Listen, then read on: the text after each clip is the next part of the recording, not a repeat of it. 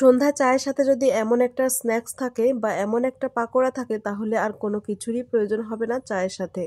Hello everyone, আসসালামু আলাইকুম। Welcome জানাচ্ছি আমার নতুন একটি কুকিং ভিডিও দেখার জন্য।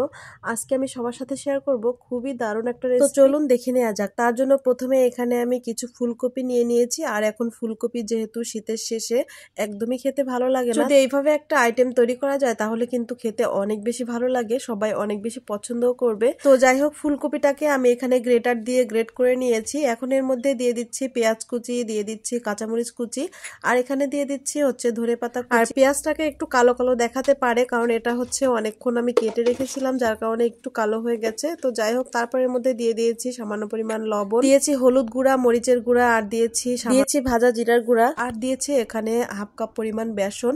বেসনটাকে আমি একবারে দিব না, আর এখানে আমি কোনো রকম পানি ব্যবহার করিনি, কারণ পানি ব্যবহার করলে এর মধ্যে পানি উঠে যাবে, বেশি নরম হয়ে যাবে।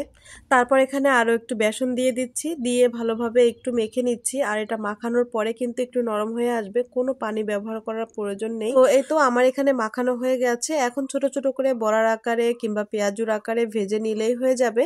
তো এই তো আমি চুলায় একটা প্যান বসিয়ে দিয়েছি। এখন তেলটা গরম হয়ে আসলে একে একে সবগুলা দিয়ে তারপর ভেজে নিব। চুলার জালটা প্রথমে বাড়িয়ে দিয়ে তারপর আবার কমিয়ে দিব, তা না হলে দ্রুত কালার চলে আসবে আর ভিতরে কাঁচা থেকে যেতে পারে, কারণ যেহেতু একটা কাঁচা ফুলকপি দেওয়া।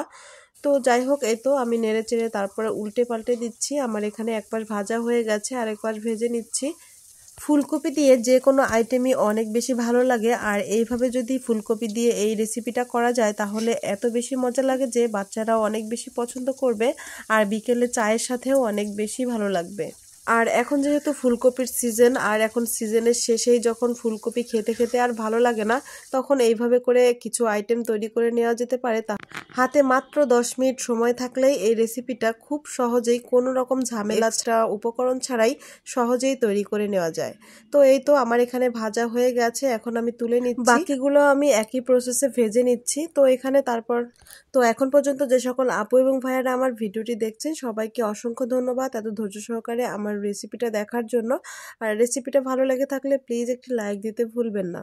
সহজ ও মজার মজার রেসিপি পেতে আমার পেজটি লাইক দিয়ে আমার পেজের সাথেই থাকবেন। তো রেসিপিটা কেমন লাগলো অবশ্যই কমেন্টে জানাতে ভুলবেন না। তাই কোনো রকম বাড়তি ঝামেলা ছাড়াই খুব সহজেই এমন একটা রেসিপি আপনিও বাসায় তৈরি করে নিতে পারবেন। আজকে আমার এই ছোট্ট রেসিপিটা ভালো লেগে থাকলে বাসায় একবার হলেও ট্রাই করে দেখতে পারেন, অনেক বেশি মজা হয়ে থাকে ফুলকপির এই পাকোড়াটা। তো আজ বিদায় নিচ্ছি, আবারও চলে আসবো অন্য কোনো নতুন রেসিপি নিয়ে। সেই পর্যন্ত সবাই ভালো থাকবেন, সুস্থ থাকবেন, আর আমার পেজের সাথেই থাকবেন। আল্লাহ হাফেজ।